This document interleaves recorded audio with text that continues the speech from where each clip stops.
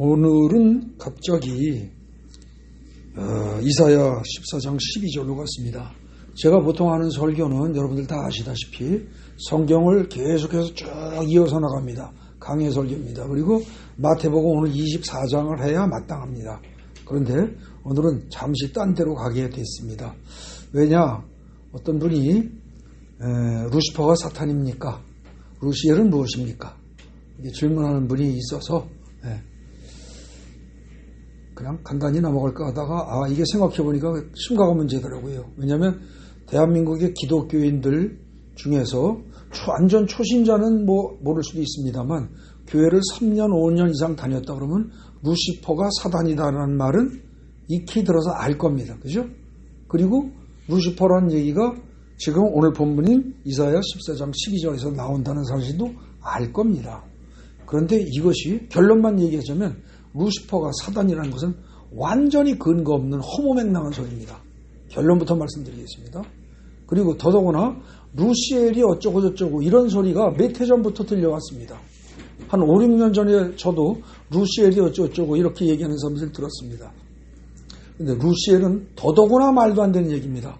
결론부터 얘기하면 그건 사탄교에서 만들어낸 용어고 사탄교에서 쓰는 개념입니다.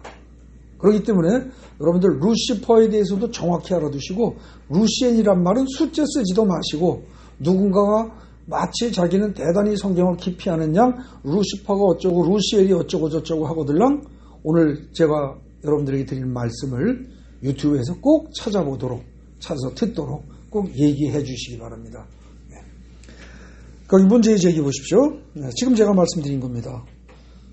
기독교인들 사이에서 루시퍼라든지 이런 말 많이 쓴다는 거죠. 루시엘도 써요. 근데 이게 다 헛소리입니다. 그리고 이게 잘못됐다는 것, 루시퍼라는 말도 성경에 없다는 게요. 여러분 인터넷 들어서 위키백과만 잘 뒤져봐도 거기 답이 나옵니다. 기독교에서 원래 정통 기독교에서는 루시퍼라는 개념을 인정하지 않는다라고 위키백과에도 나와 있습니다. 근데 이상하게 꼭 필요한 정보는 안 찾아보고요. 이단들이 하는 말도 안 되는 소리 그런 것들은 이제 널리 퍼져나가면서 기독교인들에게도 영향을 미친다는 거죠. 도대체 어쩌다가 성경에도 없는 이런 용어들이 기독교인들 사이에 이렇게 퍼져나가게 됐을까? 이제 그걸 좀 살펴보자 이겁니다. 그 아래 보면 제가 문제 탐구 1, 2, 3 해가지고 단계별로 이렇게 써놨습니다. 문제 탐구 1, 그리고 역사적 고찰 그랬는데 이 역사적 고찰하고 한 이 문제 탐구 1단계는요. 인터넷 들어가서 자료를 이것저것 신학적 자료를 다 뒤지고 이렇게 차곡차곡 하다 보면 다 나올 수 있는 얘기입니다. 다만 여러분들이 이걸 일일이 다 혼자 찾아서 정리를 하려면 조금은 골치 아플 것 같아서 그냥 제가 거기다가 좀 상세하게 정리를 했습니다. 특히 그 처음에 1번에 나오는 히브리어 성경에 히브리어 그게 헤일렐 샤르야들이 이런 거는 잘 안 나오죠. 하여간 거긴 좀 정리한 것이고 두 번째 문제 탐구 2는요. 헤일렐이 과연 루시퍼인가? 이거는 학문적으로 조금 파고 들어가는 사람들이 학자들 사이에서 두 가지 견해가 있는 겁니다. 헤일렐이라는 말이 루시퍼다 혹은 그렇지 않다. 두 가지 견해가 있어요. 근데 우리 지금 한국의 기독교에서는 보통 이게 루시퍼다. 이런 쪽으로 설명을 하고 있다는 거죠. 근데 두 가지가 있다는 사실을 밝히고 두 가지 중에서 오히려 루시퍼가 아니다는 쪽이 합리적이라는 걸 제가 말씀을 드릴 겁니다. 그 다음에 세 번째 문제 탐구 3 그러고서 샤르의 아들이 아침의 아들인가 어둠의 자식인가? 이거는요. 구약성경 이래 지금까지 이의 제기가 된 적이 한 번도 없습니다. 그런데 저를 히브리어를 가르쳐 주신 이규택 목사님이라고 있습니다. 그 목사님하고 둘이서 그야말로 집중적으로 파고들고 연구하면서 꼼꼼히 따져본 결과 이거는 분명히 문제 제기가 돼야 되고 이것이 왜 이렇게 재해석을 해야 할 필요가 있는가를 여기다 이제 설명을 쭉 한 겁니다. 그렇게 해서 최종적인 결론은 뭐다? 결론부터 얘기하겠습니다. 뒷페이지 주보 요약하고 맨 뒷페이지 끝에서 끝부분에 보면 4 그런 거 있죠. 결론적으로 거기 빨간 것이 최종적으로 결론부터 얘기하겠습니다. 이사야 14장의 12절 아까 우리가 읽었던 너 아침의 아들 계명성이요 하고 나오는 귀절이 있죠. 거기는 번역이 완전히 잘못된 거예요. 뭐라고 되어야 돼요? 통곡하라 너 어둠의 자식이요. 이렇게 하고 나머지 번역이 되어야 됩니다. 처음 듣는 분들은 좀 황당할 겁니다. 아니 어떻게 성경이 그렇게 많이 틀릴 수 있단 말인가. 그런데 많이 틀릴 수 있습니다. 하나님의 말씀을 1.1획도 착오 없이 그대로 번역을 하면 괜찮은데 여기다 사람의 생각이 특히 잘났다고 인정하는 사람들이 생각이 조금씩 가미되면서 오랜 세월을 지내다 보면 그것이 전통이 되면서 이런 놀라운 이상한 결과를 얼마든지 낼 수가 있습니다. 오늘 그 과정을 잘 살핌으로써 최종적으로 우리는 성경을 대할 때 글자 하나하나를 원문의 글자 하나를 신중히 보고 그래야지 임의로 바꾸고 임의로 멋대로 해석하고 하는 것이 얼마나 큰 위험성을 지니는 것인가를 확실히 깨닫게 될 것입니다. 문제 탐구 1 다시 가서 보겠습니다. 역사적 고찰이라는 거예요.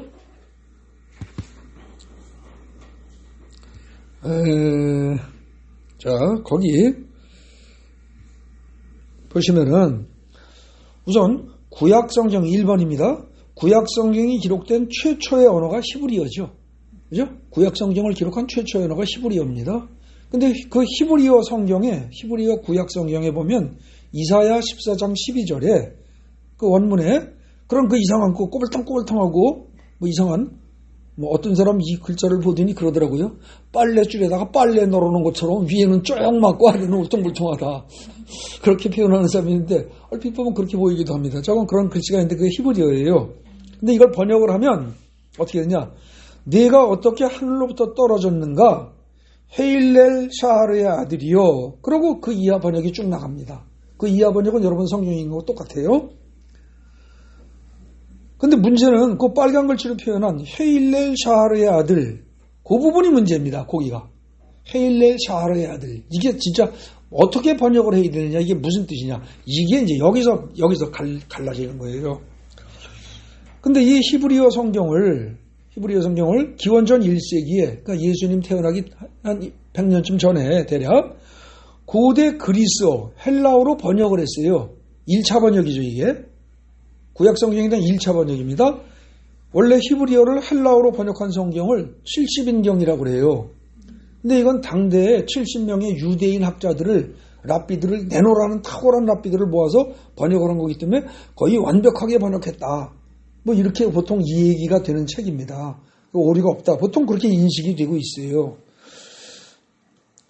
그런데 이 70인경에서 뭐라고 번역했느냐? 그 헤일렐 샤르의 아들이요 하는 부분을 뭐라고 했느냐? 거기가 아침 일찍 떠오르는 새벽별, 이런 식으로 번역했단 말입니다. 예? 아침 일찍 떠오르는 새벽별, 예? 새벽의 아들 새벽별, 이렇게 번역을 했어요. 거기 빨간 글씨로 쓴 것처럼. 그리고 그 70인경을 다시 5세기 초에 예수님 태어나시고서 활동하시고서 한 400년 정도 지난 후에 5세기 초에 교황의 지시에 따라서 라틴어로 번역을 했어요. 그걸 불가타역이라고 그래요. 불가타 성경.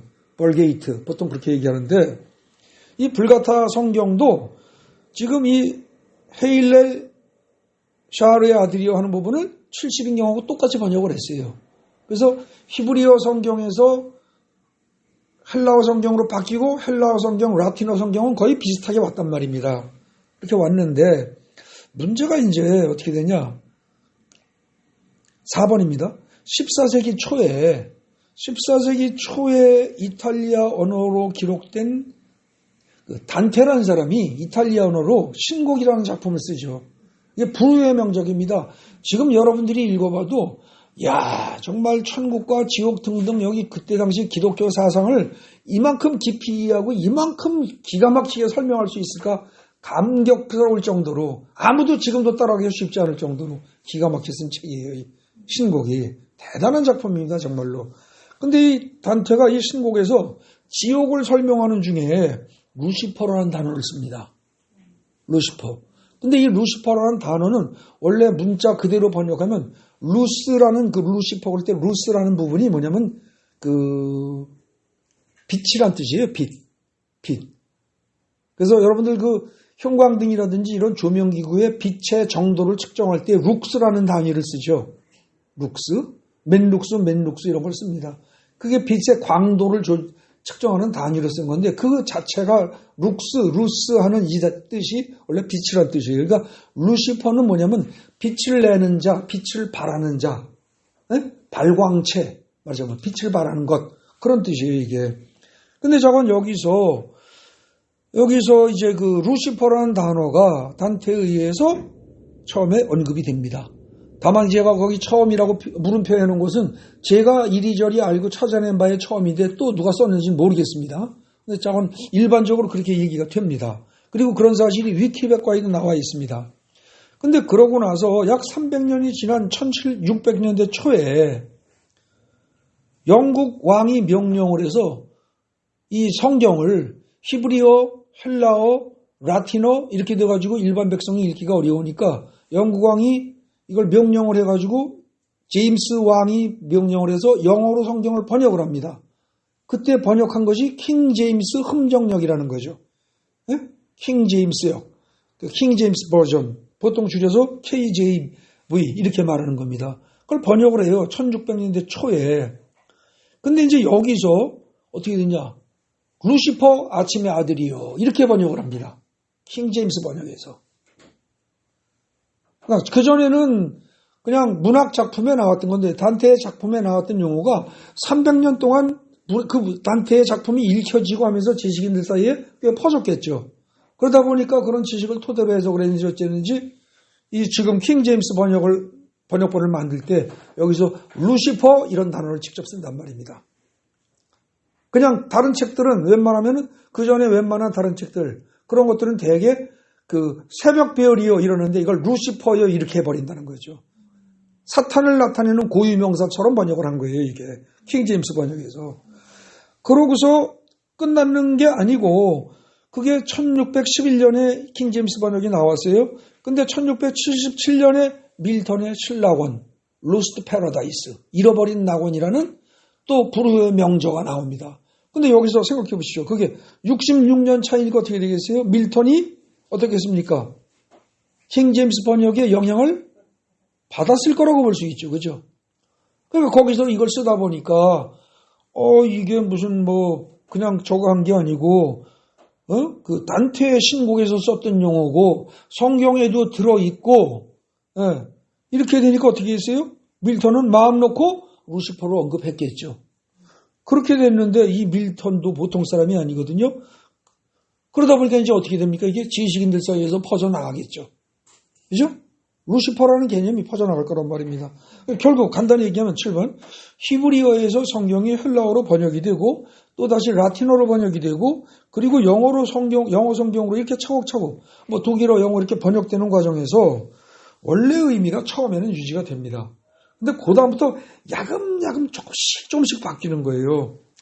야금야금 조금씩. 그렇게 바뀌고 하다 보니까 나중에 어떻게 돼요? 그것이 킹 제임스 번역에까지 성경에까지 번역이 루시퍼라는 단어가 들어가게 되고 그게 문학적으로 그 당시 유럽의 거장들이 당대의 최고의 거장들이 한 2명이 쓰다 보니까 이게 퍼져나간 거죠. 그래가지고 오늘날에 와서는 아무도 이의를 제기하지 않고 루시퍼가 여기 지금 이사야 14장 12절에 나오는 원어상 히브리어로 헤일렐 샤르의 아들이여 하는 이 부분을 이걸 갖다 그냥 너 아침의 아들 계명성이요. 너 아침의 아들 루시퍼요. 이런 식으로 그냥 자연스럽게 이해하기에 이르렀다 이겁니다. 그런데 이게 정말 옳으냐? 이거는 학자들 사이에서도 이미 뭐예요? 틀렸다라고 얘기가 나옵니다. 여긴 번역이 문제가 있다. 루시퍼란 말은 원래 없다. 그거는 이미 학자들 사이에서 확인이 됐습니다. 됐음에도 불구하고 일반 대중들 사이에서 일반 기독교인들 사이에서는 여전히 루시퍼 그러면 사탄과 동의어로 취급을 하는 그런 생각이 아직까지 퍼져 있다는 거죠. 명백히 실수입니다. 그런데도 왜 이런 현상이 나타났을까? 이걸 또 따져봐야죠. 그래서 그 다음에 제가 따진 게 2번째입니다. 문제의 탐구이. 헤일렐 샤르의 아들이요. 그럴 때 앞에 헤일렐이라는 단어가 그게 과연 루시퍼란 뜻이냐? 원어상. 그걸 따져보자는 거죠. 근데 이 헤일렐이라는 히브리어 단어는요, 이게 애당초 2가지로 해석이 가능합니다. 이게 첫째가 뭐냐? 거기 동사, 빛난다는 동사를 할랄이라고 하는데 이렇게 빛이 나다 이런 거를 할랄이라는 동사에서 온 명사가 헤일렐이에요. 네? 헤일렐은 명사고 동사는 할랄이고 그런데 거기 참고로 헤일렐 다음에 1966 해놓은 거 있죠? 그거는 1966년이 아니고 스트롱 코드라고 해서 히브리어나 헬라어 사전을 보면 가장 널리 사용되는 스트롱 코드 사전이 있어요. 그 사전에 보면 그 단어의 고유 번호입니다. 예, 모르는 사람들이 알파벳 순서도 모르고 히브리어나 헬라어 사전을 찾으려고 들면 알파벳 순서를 몰라서 사전을 찾을 수가 없어요. 그런 사람들도 이 단어 번호만 알면 찾아가서 설명을 볼 수 있도록 번호 붙여놓은 고유 번호예요. 스트롱 코드 번호라고 합니다. 그걸. 근데 어쨌거나 이 헤일렐이라는 명사는 할랄, 빛나다라는 동사에서 온 것으로 빛나는 것 혹은 빛나는 자 이렇게 이해하고 그러다 보니까 어떻게 돼요? 새벽별로 의역을 한 거죠. 말하자면 네? 새벽별로 의역을 한 겁니다. 70인경에서. 그리고 더 나아가서 이걸 갖다가 루시퍼로 킹제임스 버전에서는 그렇게 번역을 해버린 거예요. 근데 이렇게 할 수 있습니다. 이거 틀렸다고 말하기 곤란해요. 실제로 이렇게 여태까지 해왔고 전부 다. 근데 또 한 가지 가능성이 있어요. 이게 뭐냐? 히브리어를 갖다가 제대로 깊이 공부하고 꼼꼼히 사전을 뒤지고 찾아보면은 전문 용어 사전 같은 걸 따지고 살펴보면 뭐가 있냐? 이게 통곡하다, 슬퍼하다라는 뜻의 동사 알랄이라는 게 있어요. 알랄. 그 알랄에 히필 명령이라고 그러는데 이런 복잡한 문법 용어는 잊어버리시고 그냥 알랄이라는 그러니까 통곡하다, 슬퍼하다의 명령형이다 이렇게 생각하시면 돼요. 근데 명령형으로 바꿀 때 알랄에 히읗 발음이 들어가요. 그래가지고 이게 결국은 헤일레라고 똑같이 읽힌단 말입니다. 모음에 약간 변화가 생기고 그래가지고 똑같이 읽혀요 이게. 그렇게 해서 나타나는 건데 똑같은 헤일렐인데 이게 알랄에서 동사 변화하면서 나타난 것으로 명령이기 때문에 통곡하라 혹은 슬퍼하라 이렇게 번역이 가능하단 말입니다. 이게요. 그래서 그 맨 처음에 일에서 헤일렐 샤르의 아들이여 그럴 때 헤일렐을 통곡해라 슬퍼해라 샤르의 아들이여 이렇게 할 건지 아니면 빛을 발하는 자여 새벽별처럼 빛을 발하는 자여 루시퍼도 빛을 발하는 자 이거거든요. 그러니까 빛을 발하는 자 이렇게 해석할 건지를 사실은 어떻게 해야 돼요? 결정을 지어야 돼요. 누가? 독자가. 그럼 이걸 결정질 때 어떻게 돼요? 지 마음대로? 아니에요. 문맥을 봐야죠. 그죠? 근데 문맥을 보고 읽어보면은요. 두 가지가 다 맞아요. 두 가지가 다 돼요. 근데 문맥으로 판단이 안 될 때는 어떻게 돼요? 거기에 사용된 단어의 의미가 어떤 느낌인가 등등 여러 가지를 따져야 되겠죠. 두 번째로. 그래서 따지자는 게 바로 뭡니까? 주보 뒷페이지에 요약한 거 있죠. 이 헤일렐을 통곡하라, 슬퍼해라 이렇게 볼 것이냐 아니면은 빛을 내는 자, 새벽별 혹은 계명성 혹은 루시퍼 이렇게 볼 것이냐 이거 어떻게 볼 것이냐 여기 이걸 살피기 위해서 고려할 점이 첫째, 앞뒤의 문맥을 따지는 것 둘째, 사탄의 속성이라는 거죠. 근데 앞뒤 문맥을 고려하면 두 가지 해석이 모두 다 가능해요. 그런데 사탄의 속성을 고려한다면 새벽별이라든지 혹은 계명성이라는 번역은 도저히 적용할 수가 없어요. 왜요? 계명성이란 그 글자 한자로 제가 써놨습니다만 밝음을 인도하는 별 이런 뜻이에요. 굉장히 좋은 겁니다. 밝음을 인도한다 혹은 밝은 쪽으로 인도한다. 굉장히 좋은 거죠. 그래서 사실은 요한계시록에 예수를 표현하는 표현 방법 중에 하나가 이 새벽별이란 말입니다. 에? 그런데 이게 루시퍼라고 말할 수 있겠어요? 말이 안 된단 말입니다. 그러니까 이걸 갖다가 루시퍼라고 번역한 킹제임스 버전은 번역 잘못한 거예요. 여러분들 그 킹제임스 버전을 주장하는 그 사람들은 자기네 성경만이 최고로 정확하고 나머지 성경들은 다 사탄이 어떻게 해가지고서 변개시켰다 엉망이다 그래서 딴 성경 보면 안 된다고 굉장히 그야말로 큰 소리를 쳐요. 근데 사실은 제가 킹제임스 번역이 잘못됐다는 거 아니에요? 킹제임스 버전이 번역이 잘 된 데가 많습니다. 많고 잘한 데가 굉장히 많아요. 특히 제가 공부해본 바로는 아가서 번역은 킹제임스 번역이 가장 정확한 것 같아요. 놀랄만해요. 그건 대단해요. 근데 킹제임스 번역이 결정적으로 잘못한 게 딱 한 가지 읽지 뭐라 그러면 제가 보기에 바로 이 부분입니다. 여기서 실수한 거죠. 이걸 루시퍼요 이렇게 딱 해버리니까 마치 루시퍼가 고유명사로 어떤 인격체를 지칭하는 고유명사 그러니까 사탄의 원래 이름 이런 식으로 오해를 하게 만든 겁니다. 이건 진짜 번역 잘못한 거예요. 이것만큼은. 예. 그래서 여기는요. 결국 어떻게 되냐. 헤일렐은 새벽별이나 계명성으로 번역을 할 것이 아니고 당연히 어떻게 돼요? 울어라 혹은 통곡해라 명령문으로 번역이 되어야 됩니다. 그러면 두 번째로 아까 문제가 되는 게 빨간 글씨가 앞에서 헤일렐 샤르의 아들이요 그런다고 그랬죠.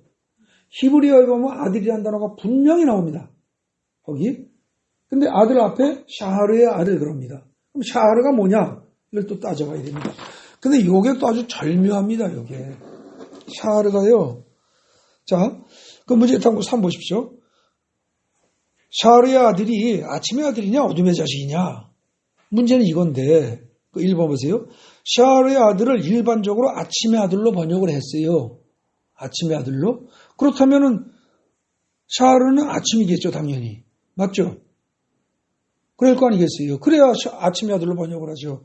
그런데요, 실제로 히브리어 사전에서 샤르를 찾잖아요.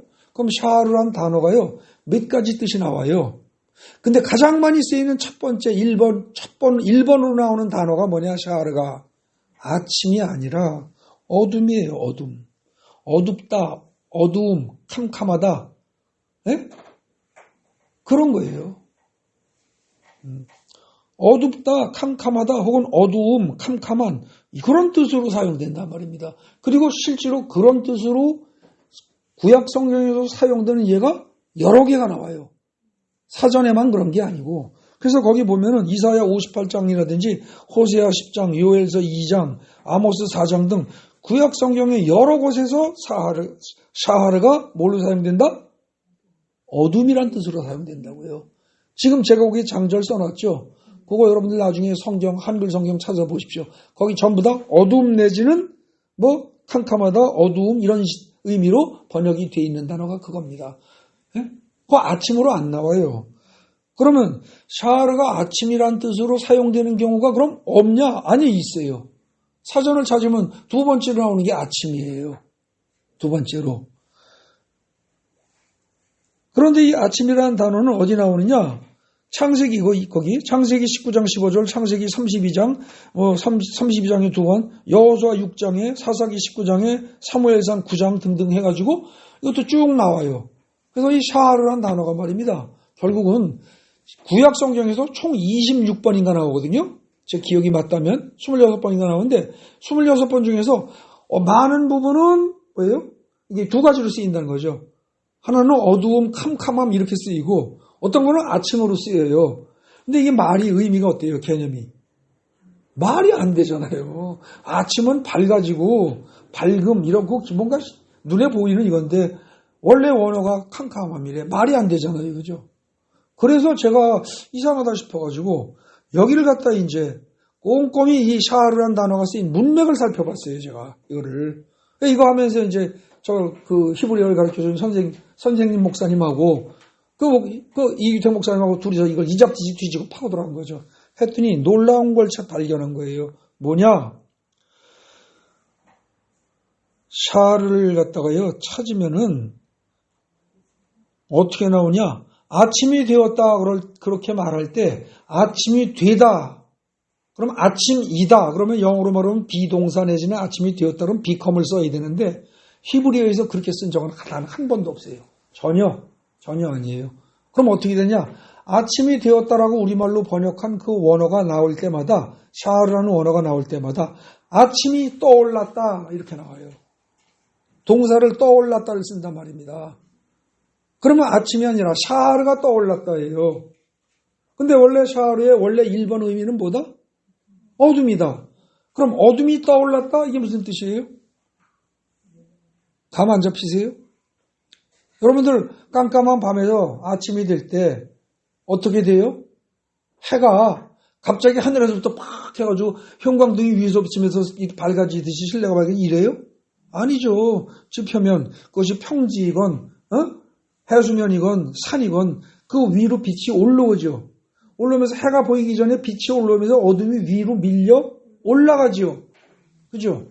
그럼 지금부터 최소한 성경이 기록되던 그때 그때 같으면 지금부터 아무리 적게 잡아도 3,000년 전인데, 그죠?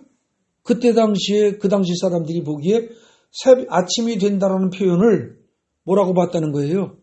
어둠이 위로 밀려 올라갔다라고 봤다는 거예요. 히브리어에서 샤하르라는 단어가 나올 때마다 그게 아침이라는 의미로 쓰일 때는 반드시 동사가 아침이 되었다가 아니라 샤하르가 위로 올라갔다 이렇게 된다는 거죠. 근데 원래 의미는 어둠이라니까요. 그러니까 밝음이 올라갔다 그러지 않고 어둠이 밀려 올라간 거죠. 아시겠습니까? 그러니까 이게 언어로 볼 때 샤하르의 아들이란 말은 아침의 아들로 의미를 그렇게 번역할 게 아니라 이건 뭐예요? 어둠의 자식이에요. 어둠의 자식. 이거는 샤하르의 원래 의미가 어둠이고 아침이 되었다라는 말을 히브리인들이 표현할 때 아침이 되었다 이렇게 그 단어를 원래 안 쓰고 어둠이 밀려 올라갔다라고 표현했단 말입니다. 그러면 샤하르의 아들은 뭐예요? 어둠의 아들이죠. 어둠의 자식이죠. 이걸 갖다가 논리적으로 차곡차곡 따지면서 번역을 했어야 했는데 이 번역을 제대로 안 한 겁니다. 애석하게도 참 제가 이렇게 말하는 게 어떤 사람들은 굉장히 건방지다고 말할지 모르지만 이건 제가 보기에 어떻게 되냐. 맨 처음에 최초의 히브리어 성경을 최초로 번역한 게 뭐라고 그랬어요? 70인경이에요. 헬라어로 번역한 거. 그때 번역할 때 이미 착오가 생긴 겁니다. 이때 이미 착오가 생긴 거예요. 그래가지고 이게 그냥 그대로 라틴어로 나오고 라틴어에서 그 다음에 라틴어 성경 불가타역으로 가고 그 다음에 단테의 신곡에 뭐에 하면서 영어 성경 킹 제임스 번역 그 다음에 밀턴의 신라원 등등 거치고 하면서 야금야금 조금씩 하다가 이게 새벽별 밤에 빛나는 것 밤에 빛나는 거니까 빛나는 자 그러니까 루시퍼라는 말 직역을 하면 그게 빛을 내는 자니까 루시퍼 그랬다가 이게 소설 쓰는 애들이 보면서 문학작품 쓰는 애들이 보다 보니까 이게 어떻게 돼요? 지옥의 마왕으로 사탄으로 이렇게 의미가 첨가되면서 변질돼가지고 내려온 거라는 거죠. 그래서 결국은요 이 히브리어 원어를 놓고 원어의 그 단어 샤르라는 단어를 꼼꼼히 사전을 쭉 따져보면은요 이게 답이 나온다는 거죠. 거기 보세요. 2번 보십시오. 2번 샤르의 2차적인 의미가 아침이다. 그런데 아침이 되다 become 혹은 아침이 오다 come 이런 표현은 히브리에서 없습니다. 전혀 없어요. 그 대신 그 글자 틀렸네요. 그 대신 아침이라는 의미로 샤르가 사용될 때는 반드시 밀려 올라가다라는 뜻을 지닌 동사 알라와 반드시 함께 사용돼요. 이게 하나의 구처럼. 그러니까 어떻게 돼요?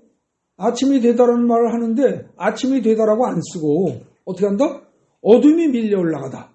이걸로 표현한다는 거죠. 그렇게 표현한 데가 창세기 19장, 32장, 2번 여호수아, 사사기, 사무엘상 등 여러 군데 나온다는 겁니다.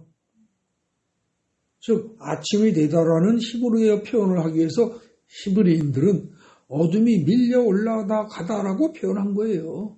그러니까 샤하르는 여전히 어둠입니다. 물론 시대가 몇백 년, 몇천 년 지나는 과정에 언어가 변천하는 거니까 나중에 후대의 아침이란 뜻이 들어갈 수 있어요. 예? 그렇게 변할 수는 있어요.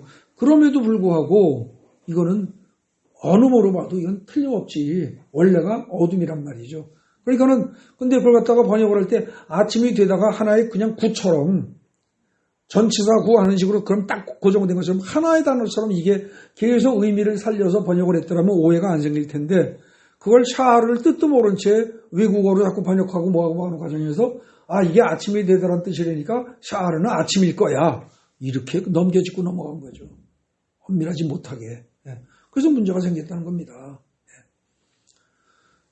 그래서 4번 결론적으로 샤르의 아들이란 새벽별이라든지 빛을 발하는 것 혹은 루시퍼가 아니라 오히려 뭐예요? 어둠의 자식이라고 번역한다는 거죠. 어둠의 자식. 그러면 샤르의 아들은 어둠의 자식 이렇게 가야 되고요. 네? 샤르의 아들은 그 다음에 앞에서 또 뭐라고 그랬어요? 헤일렐 헤일렐은 뭐라고요?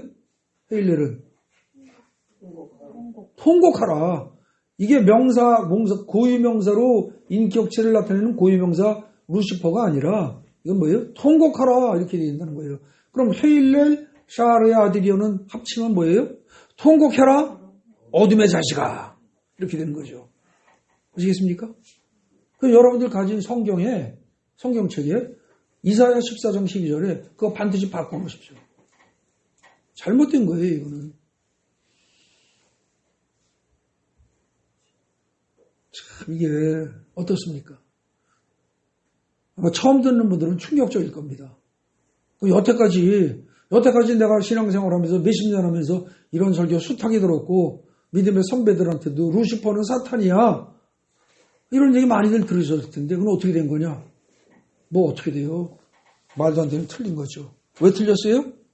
꼼꼼히 따지고 하나님의 말씀을 정확하게 알려고 노력하지 않고 습관적으로 남들이 그렇다니까 그냥 받아들이면서 대대로 오기를 지금 어떻게 된 겁니까? 뭐 제가 감히 말씀드리건데 저 70인경이 번역된 BC 1세기부터 지금까지 한 2000년, 2100년 동안을 똑같이 그대로 그냥 답습해온 겁니다. 지금도 그럽니다. 지금도. 유명한 누가 뭐라고 얘기했다 그러면 무조건 다 따르죠. 네. 기독교 철학에서 아주 대가라고 말하는 어거스틴이 뭐라고 말했다 그러면 캐톨릭이고 개신교고 할 거 없이 전부 다 어거스틴이 뭐라고 그랬다 그러면 전부 껌뻑 죽습니다. 네? 성 아우구스티누스 이래가면서 그 다음에 장로교 그럴 것 같으면 장로교 그러면 칼빈이 뭐라고 했다 그러면 뭐 무조건 껌뻑 죽습니다. 뭐 그 식으로 이 사람이 말한 걸 가지고 무조건 다 받아들이다 보면 그 사람들이 천재는 천재입니다. 정말 감히 따라갈 수 없는 천재들이에요. 그래서 몇백 년이 지나고 1000년이 지나도 존경받을 만합니다. 그런데 그들도 역시 인간입니다. 틀리는 구석이 반드시 몇 군데는 있습니다. 조금씩은. 근데 지금 여기는 어떻게 보면 70인경을 번역한 최초의 번역자들 70명의 그 랍비들, 대단한 이스라엘 최고의 랍비들까지 배려를 제대로 못한 거죠. 아니요. 그들은 어쩌면 생각하고 했을지 모릅니다. 그 이후에 그걸 계속 번역하는 과정에 있었던 수많은 탁월한 천재들, 그들이 알게 모르게 그냥 실수를 한 거죠. 악의가 있지는 않았을 겁니다. 실수하는 거죠. 여러분들 근데 이런 실수는요. 참으로 많습니다. 참으로 많아요. 성경에서 잘못된 데 많습니다. 그 중에서 제가 최근에 지적했던 부분이 어디입니까? 몇 주 전에 설교하면서 제가 고린도전서 11장에 성찬 문제 가지고 얘기하면서 성찬이냐 성찬식이냐 그런 설교한 적이 있었죠. 그 설교의 핵심이 뭡니까? 고린도전서 11장을 근거로 전 세계의 교회들이 성찬식을 행하고 있습니다. 전 세계의 교회들이. 그런데 고린도전서 11장을 원문인 헬라어로 보면 또 헬라어까지 갈 것도 없어요. 영어 성경을 몇 개만 잘 비교하고 읽어봐도 영어 성경을 또 우리말 성경이고 새번역 성경이라고 있어요. 새번역. 그것만 잘 봐도 그것만 꼼꼼히 읽어봐도요. 예수님은 성찬식을 하라고 말씀하신 적이 없습니다. 절대로. 고린도전서 11장의 주제는 뭐냐면 너희가 먹는 것이 성찬이 되게 하랍니다. 한마디로 얘기하면 그럼 성찬이 되게 한다는 뜻은 뭐예요? 두 단계를 거치는 겁니다. 일단 우리가 먹는 음식이 그냥 식사예요. 저녁 때 먹으면 만찬이요. 낮에 먹으면 오찬이요. 아침에 먹으면 조찬입니다. 그죠? 그래서 조찬 기도에 그러잖아요. 아침에. 낮에 먹는 오찬. 한자말로. 저녁 식사는 만찬 그런답니다. 그래서 조찬이 됐든 오찬이 됐든 만찬이 됐든 그건 일단 식사예요. 식사. 영어로 말하면 디너예요. 근데 그걸 갖다가 네 입에만 들어가는 건 디너다.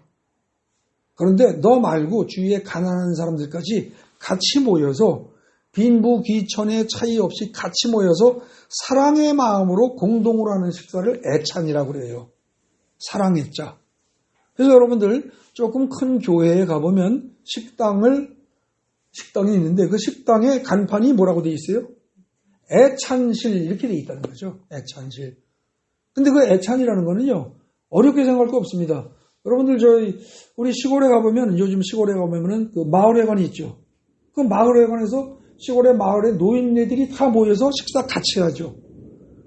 뭐 아침은 집에서 먹고 올지 몰라도 점심, 어떤 때는 저녁까지는 같이 식사한단 말입니다. 그 니꺼 내꺼 구별 없이 똑같이 모여서 음식 만들어서 즐겁게 서로 기쁘고 즐거운 마음으로 사랑의 마음으로 나눠 먹는 거. 그게 애찬이에요. 근데 예수님은 너희 혼자서 먹는 그냥 식사가 돼서는 안 되고 제일 나쁜 게 그거고 두 번째로 그 다음으로 우리가 해야 할 게 추구해야 할 게 뭐냐? 첫째 추구해야 할 게 애찬이다. 근데 애찬만 가지고도 안 된다. 그건 마을회관에서도 할 수 있는 거다. 근데 진짜 기독교인이라면 어떻게 되냐?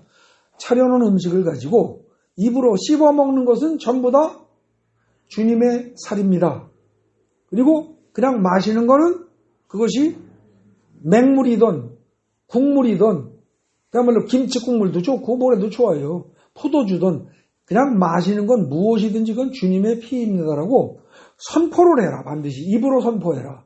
그렇게 함으로써 너도 내가 주님의 살과 피를 먹고 마신다는 생각을 하고 같이 식사하는 모든 사람들이 다 그 생각을 하도록 그렇게 하고 그러고 먹어라. 그렇게 먹을 경우에 너희에게 몸이 약한 사람도 적어질 것이요 병든 사람도 줄어들 것이요 죽는 사람도 줄어들 것이다. 명백히 거기 그렇게 써 있어요. 근데 그거를요 난 도대체 누가 어떻게 해서 그런지 모르겠는데 이게요 이상하게 왜곡이 돼가지고 잘못된 거예요. 그러니까 예수님의 말씀은 간단히 얘기하면 그냥 식사가 아니라 애찬이 되게 하고 애찬만 돼서도 안 된다? 성찬이 되게 하라. 성스러운. 주님의 살과 피를 먹는다고 하는 그걸 선포하고 그런 마음으로 먹음으로써 거룩한 식사가 되게 하라. 사랑의 식사를 넘어서 거룩한 식사가 되게 하라. 이게 고린도전서 11장의 원래 취지인데 그거 여러분들 제가 아까 말씀드려도 한글 성경 세번역 성경만 잘 읽어도 그게 얼마든지 알 수 있습니다. 그거를 영어 성경은 대부분 읽으면 다 알게 돼 있고요. 그런데 이게 어쩌자고 전 세계에서 전부 성찬식 그러고 거대하게 폼을 재고 뭐 또 가운에 뭐야 다 하고 뭐 어떤 사람은 또 박사 가운까지 또 뒤집어 쓰고 있고 폼을 재고 성찬식을 한대요. 여러분들 그거 아니에요. 성경 바로 알고요. 성경 바로 알고 신앙생활을 해야 됩니다.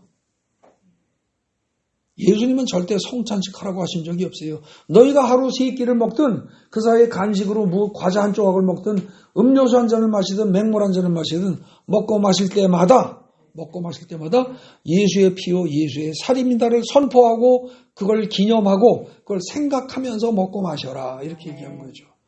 근데 성경을 이상하게 잘못 번역하고 잘못 해석한 거예요. 누가? 초기의 대가들이 그랬더니만 그냥 그 다음부터는 그냥 따라가는 거죠. 그냥 엑소리 안 하고 아멘 이러면서. 여러분들 아멘은 언제 하느냐? 성경 말씀이 정확할 때. 하나님의 말씀을 그대로 전할 때 아멘입니다. 목사가 말도 안 되는 소리 하는데 아멘이라는 건 있을 수가 없습니다. 햇소리 하는데 아멘? 어림도 없어요. 성경 번역도 제대로 한 성경 기절에 대해서 아멘 해야 됩니다. 그렇기 때문에 근데 평신도들은 걸 알 수가 없죠. 그러니까 성경 번역하는 사람들이요. 정말 그야말로 뼈를 갈아서 펜촉을 만들고 피를 짜내서 잉크로 삼아 글을 쓴다는 기분으로 성경 번역은 진지하게 심각하게 해야 되는 겁니다. 근데 이걸 대수롭지 않게 그냥 생각하고 쭉쭉쭉 해야 된다. 말도 안 됩니다. 제가 뭐 남 비판하는 것도 죄송합니다만 감히 말씀드립니다. 여러분들 읽는 중에서 국내에 많이 퍼져서 읽혀지는 성경 중에 메시지 성경이라고 있습니다. 그거 절대 보지 마십시오. 그건 소설입니다. 거의 소설입니다. 그거를 보면은요, 물론 개역개정 옛날 말 같은 어려운 말 읽으면서 이해가 안 되는 부분이 이해에 도움을 줄 수는 있습니다. 그런데 그거는요, 거의 성경 원래 이야기를 그 메시지 성경의 저자가 읽고서 지 나름대로 거의 소설 쓴 거다 이렇게 보시면 맞습니다. 저도 그 책을 사가지고 있습니다. 근데 맨 처음엔 봤습니다. 절대 안 봅니다. 그거 그렇게 소설을 쓰려면은 그건 말이 안 되죠. 그건 죄를 짓는 거라고 생각합니다. 물론 전혀 조금 어려운 말을 이해 못하는 그야말로 그런 사람들한테 초보자들한테 쉽게 이해시키기 위해서 단계적으로 그 성경을 읽힐 수 있을지 모르겠습니다. 그러나 적어도 어른이라면, 정상적인 어른이라면 그건 볼 성경이 못 됩니다. 그거보다는요, 국내에서 번역된 새번역 성경이 100배쯤 낫습니다. 그리고 제가 꼭 이걸 평가하려고 하던 건 아닌데, 공동번역이 있습니다. 캐톨릭과 개신교가 같이 한 공동번역. 공동번역은 새번역보다 의역이 많습니다. 멋대로 막 번역한 게 많아요. 막 바꿔놨습니다. 그래서 그것도 결코 전 추천하고 싶지 않습니다. 그중 그래도 나은 게, 아마 지금 우리가 보통 보는 개역개정이 딱딱한 표현 말고, 구닥다리 표현 말고 본다면 새번역 정도가 괜찮지 않을까 싶습니다. 자, 그 맨 끝에 요약 및 결론 보십시오. 루시퍼는 한마디로 하면 잘못된 번역 과정에서 나온 개념입니다. 그래서 루시퍼를 사탄이라고 생각하면 안 됩니다. 루시퍼와 사탄은 별개의 것입니다.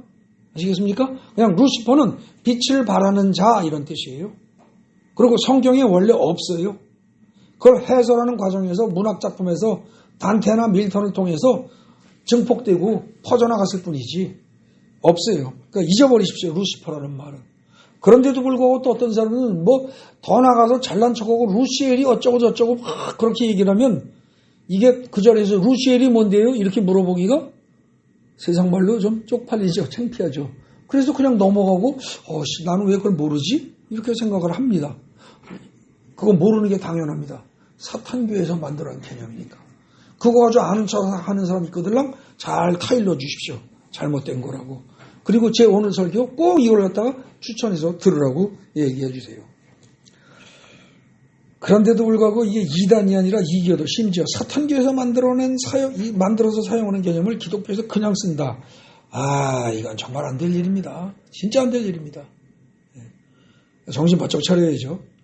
성경은 하나님의 말씀이에요. 가감하지 말고 변개하지 말고 그대로 이해해야 합니다. 번역할 때 조심해야 됩니다.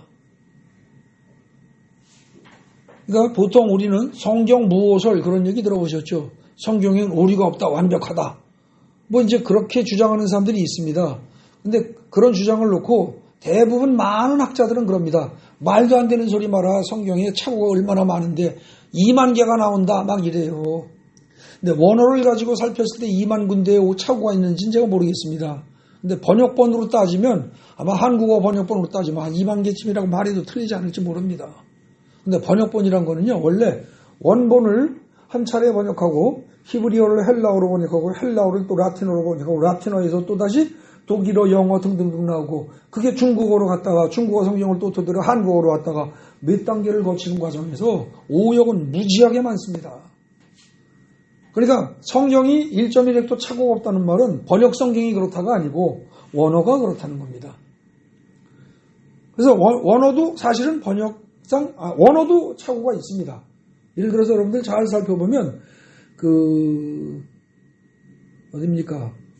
노아의 홍수 부분에 부정한 재물, 깨끗 거룩한 재물과 부정한 재물이 있지 않습니까? 정한 것과 부정한 것. 그거 할 때 뭐 몇 마리 그거 잘 따져보면 거기서도 착오가 생깁니다. 거기서도. 그런가 하면 그 다음에 또 다윗이 이새의 아들 다윗. 그런데 이새의 아들이 몇 명이냐? 그거 가지고 그 성경에 보면요. 또 찾아보면 그게 한 군데서는 이새가 7째 아들로 나오고 또 다른 데 보면 8째로 나옵니다. 또 달라요, 이게. 그런 착오가 있긴 있어요. 그런데 어쨌거나 사람이 쓴 거기 때문에 쉽게 해서 하늘에서 써서 하늘에서 인쇄해가지고 하늘에서 직접 떨어뜨려 준 게 아니고 사람의 손을 거쳐 썼기 때문에 그런 식의 착오가 분명히 있습니다. 분명히 있는데, 원본에도. 그런데 그럴 때 그 착오가 어때요? 성경 전체의 논지에 모순이 생기거나 문제가 생길 정도로 그런 착오는 하나도 없다는 거죠. 아시겠습니까? 아까 말한 대로 7째 아들이면 어떻고 8째 아들이면 어때요? 그죠? 그 다음에 부정한 짐승을 몇 마리에 실으라고 했는데 그게 2마리면 어떻고 5마리면 어때요? 3마리면 어떻고. 그거 자체가 큰 의미가 없는 그런 사소한 것들의 차이가 있단 말입니다. 더구나 또 이 히브리인들은요, 유태인들은 얼마나 성경을 필사할 때 조심을 했느냐면 읽다가 보면 명백히 문맥을 볼 때 틀린 거 있어요. 명백히 틀린 게 있어요. 그 틀린 거를 갖다가 그대로 적습니다. 다만 주에다가 각 주에다가 달아서 요거는 아마 요런 뜻일 거다라고 써놓을 뿐 원문을 고치지는 않습니다.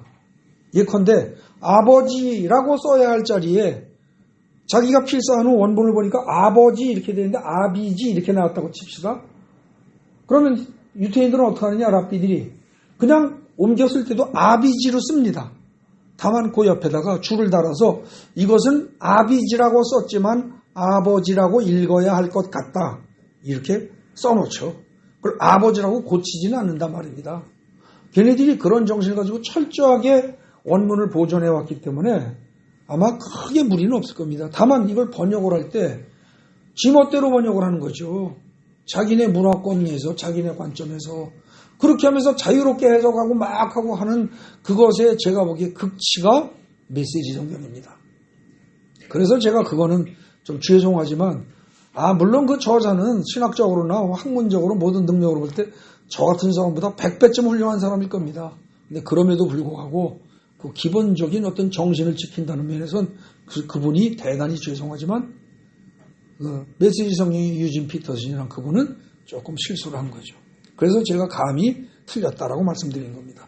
성경이요, 원문을 가능하면 꼼꼼히 봐야 됩니다. 그런데 그걸 여러분들이 평신도들이 다 그걸 볼 수는 없지 않습니까? 그러니까 어떡하냐, 성경을 공부하실 때 일단 한글 성경을 보십시오. 개역개정을 보세요. 이게 가장 무난합니다. 이걸 보시고 이해가 안 되거들랑 어떻게 해요? 가능하면 영어를 볼 수 있는 분은 영어 성경을 보시기 바랍니다.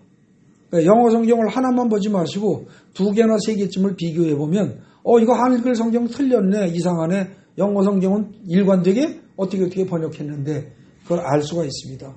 영어 성경 잘 보시고 그 다음에 아까 말한 새번역 성경 그 정도 잘 한글로는 그거 좀 참고하시고, 그리고 영어 성경 몇 개만 참고하신다고 할 것 같으면 히브리어 헬라어 몰라도 원래 의미를 파악하는데 크게 무리가 없습니다. 크게. 물론 헬라어 히브리어 하시면 좀 좋죠. 그리고 그거 하시는 거 여러분들 하실 수 있습니다. 생각보다 쉽습니다. 왜 쉬우냐? 요즘에는 공짜로 가르쳐주는 그런 그 유튜브 방송이 무지무지하게 많습니다. 심지어 최근에 코로나 때문에 대학 교수들이, 신학대학의 교수들이 히브리어 헬라어 강의를 하는데 학생들을 만나서 못하니까 그걸 갖다가 줌으로 하거나 유튜브로 찍어가지고 학생들한테 올리는 바람에 대학교에 히브리어 헬라어 강의 잘하는 분들 강의가 여러 개가 올라와 있습니다. 그런 거 가지고 꾸준히만 공부하면은 선생님 없이도 할 만큼 요즘 그 가르친 내용들이 무지하게 많습니다. 하실 수 있으면 그걸 하는 건 더더욱 좋겠죠. 어쨌거나 제가 거기까지 꼭 하시라고 하는 건 아니고, 여러분들 하여간 이 성경 번역 이거 신중히 생각하고, 여러분들 읽다가 조금이라도 이상한 거 있으면은 가능하면 다른 성경 번역본도 보시고, 또 그러다가 또 영어 성경도 보시고, 그래도 이해가 안 되는 게 있으면 여러분들 교회 목사님들한테 여쭤보고, 그렇게 해서 정확히 알고 넘어가야지 무조건 아멘 이렇게 하면 안 됩니다. 또 번역이 잘못된 거 또 하나 예를 든다면 제가 생각나는 대로 그냥 간단히 하나만 더 말씀드릴게요. 뭐가 있어요? 제가 작년일 겁니다. 아니다. 지금이 11월, 12월이니까 올해 초쯤 했나요? 마가복음 설교하면서 마가복음 11장에서 11장 22절 찾아보십시오. 그 뭐라고 되어 있어요? 마가복음 11장 22절. 그 맥락이 뭡니까?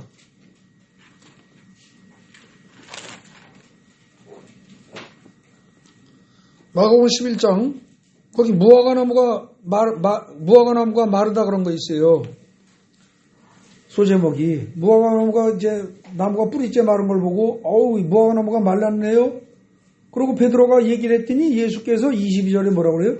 그들에게 대답하여 이르시되 하나님을 믿으라. 하나님을 믿으라. 내가 진실로 너희에게 이르노니 누구든지 이 산도로 들려 바다에 던져지라 하며 그 말하는 것이 이럴 줄로 믿고 마음에 의심하지 않으면 그리 그대로 되리라 이래요. 하나님을 믿으라 이러면서.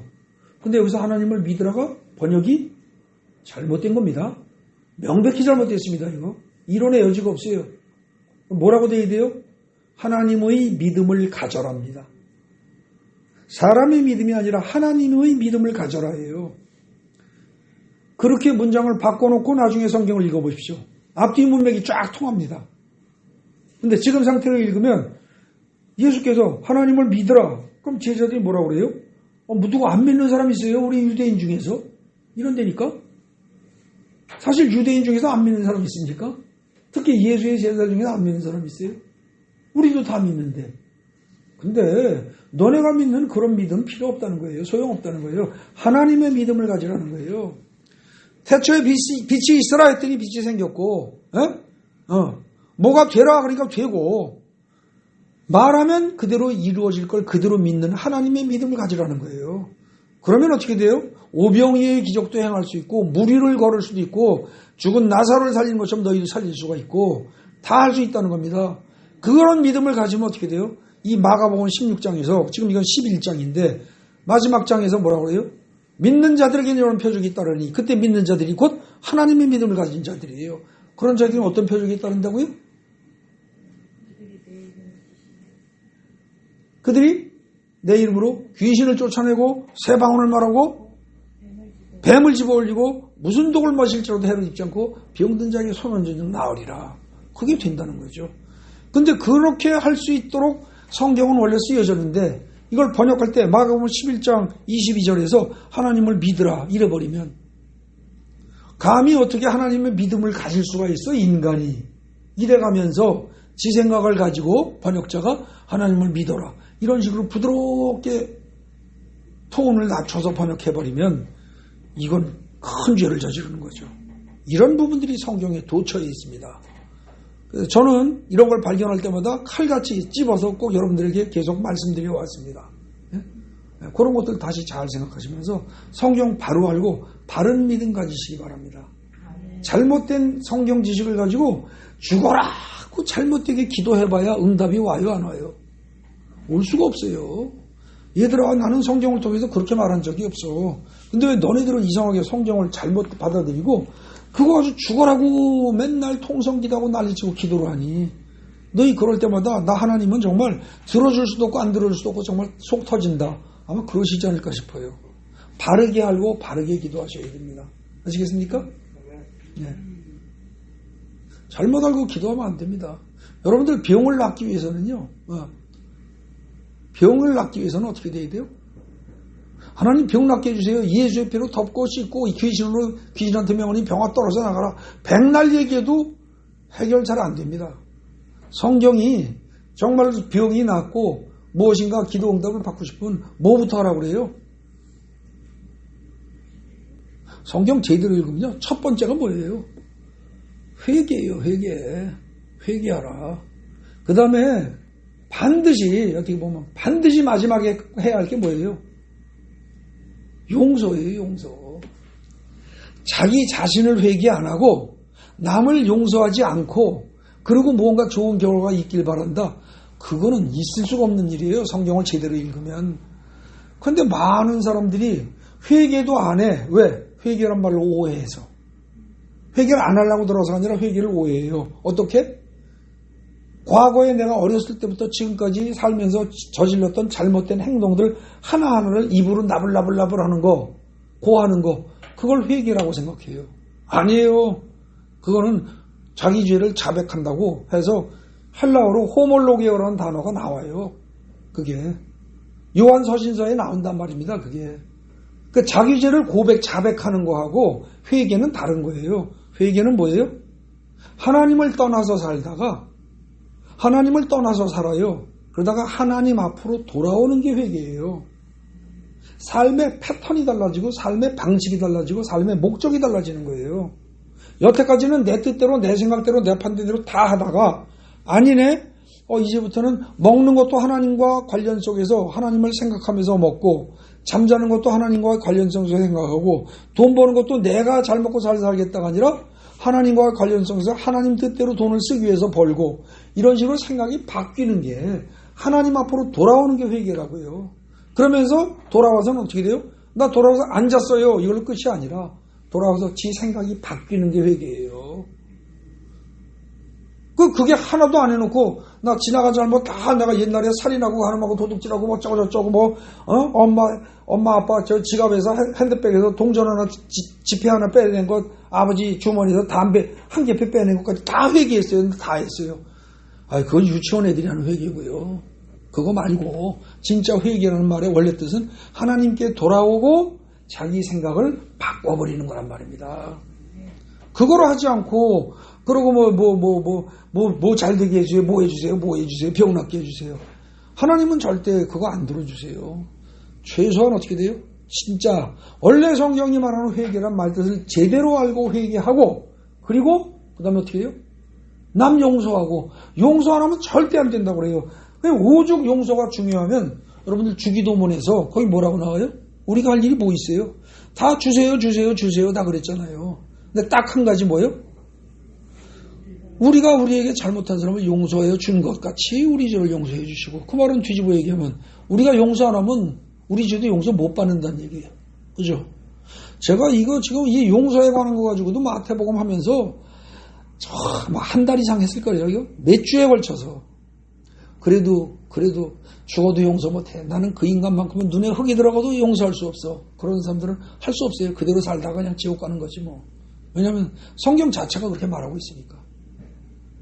그런 것들을 성경을 바로 알아야 돼요. 바로 알고 바로 기도하고 바로 믿을 때 그때 하나님의 응답이 즉각 옵니다. 네? 네. 오늘 제가 여러분들한테 중요한 부분 하나 말씀드렸어요. 루시퍼 오해하지 마세요. 최근에 말씀드린 성찬식 오해하지 마세요.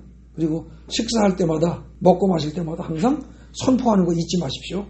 그런 생각을 하고 먹고 마시면 예수님이 그 먹고 마신 모든 것이 진짜 주님의 살과 피가 되도록 해서 여러분들의 몸과 마음을 다 치료하실 겁니다. 그리고 아까 또 생각나서 딱 짚었던 마가복음 11장 22절 하나님의 믿음을 가져라. 잘 생각하십시오. 그 믿음을 가진다면 우리는 권능을 행할 수 있고 능력의 자녀로 살아갈 수가 있습니다. 질병에 휘둘리는 것이 아니라 질병에 시달리는 것이 아니라 질병을 능히 제어하고 통제하면서 살아갈 수가 있다는 거죠. 말씀을 제대로 알고 제대로 믿고 제대로 삶으로써 그런 능력을 발휘하는 여러분 되시기 바랍니다.